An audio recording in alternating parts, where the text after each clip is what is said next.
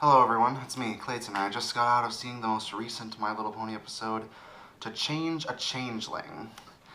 Now, when it comes to episodes like this, it's interesting to learn more about the changelings because ever since the season 2 finale, they've been one of the more interesting races that have been shown in the My Little Pony universe. And since this episode gives us more of an insight into the Changeling Hive and more of an insight into Thorax and his newly introduced brother, it's a pretty good episode overall, made all the better with the fact that Starlight Glimmer and Trixie are the two ponies that we follow for the episode. But let's get to the story, shall we? The story is that Starlight Glimmer and Trixie have to travel to Thorax's Changeling Hive in order to help him out. However, when they get there, they are quickly captured by Thorax's brother Pharynx, who is the only changeling in the entire hive who isn't down with the whole friendship deal. What I mean is he's basically the exact opposite of Thorax in many ways. He's cruel, he's very violent, and he's rough around everyone. So of course he's also the only changeling who doesn't have the new changeling design that has been used ever since the season 6 finale, of course.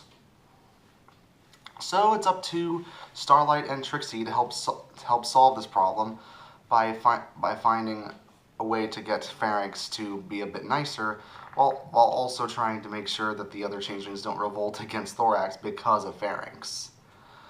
This episode reminds me of how much the sibling rivalries can spread out over time, where as a guy who also has his own siblings, sometimes I feel like they can sometimes make my situations a lot worse when I don't realize the benefits that they could have.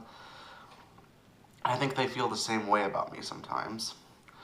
For example, Pharynx, even though he seems like he's cruel, uncaring, and he doesn't really like anything other than just destroying things and being violent, he does legitimately care about his brother, even if he expresses it in a way that isn't routinely in a loving fashion, at least when it comes to the standards of My Little Pony.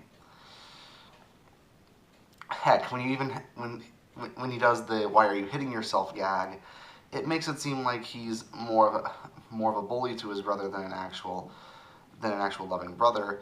But considering that my cousins did the exact same thing when I met them a few years back, I can see what they were going for. Also, I really do appreciate that we got more screen time for Thorax, considering back when he was introduced, he seemed like one of the only changelings that I legitimately liked before the season 6 finale. He's just as nice and just as somewhat timid as he was before, only he's a bit more assertive in some areas, even though he still clearly has a few kinks to work out. But my favorite character of this episode, and one of my favorite characters of the whole series, is the great and powerful Trixie. The great thing about Trixie is that even though she is a reformed villain, and even though she is, a good guy now, they haven't really changed much of her personality in the slightest. She's still wonderfully over the top, wonderfully egotistical, and she can still get on other people's nerves. That's what I like about this series. You need to do a complete overhaul on their personalities in order for them to be, great characters, and you don't need to do a complete overhaul on their personalities when they're reformed. You can just have them act in a similar fashion, just have them change alliances. And Starlight Glimmer, on the other hand, has her personality where it's different, but it still fits her character considering she's trying to be the student that Twilight has been building her up as, but she still makes mistakes here and there, and heck, even in this episode, she comes up with a plan that initially seems good, but it is less thought out than it should have been, and it's almost pure luck that it ended up working out in the end. But she's a student. I'm sure she'll do better as the series goes on. The animation, as expected, was great, especially with the Changeling Hive and with a new monster that was introduced in this episode. I really like that monster's design. And also, just learning more about the Changeling Society was great, especially since they have friendship forums, crafts, and since it feels less like the oppressive hive we saw from season 6, and more like just a community club where people can hang out and just have fun.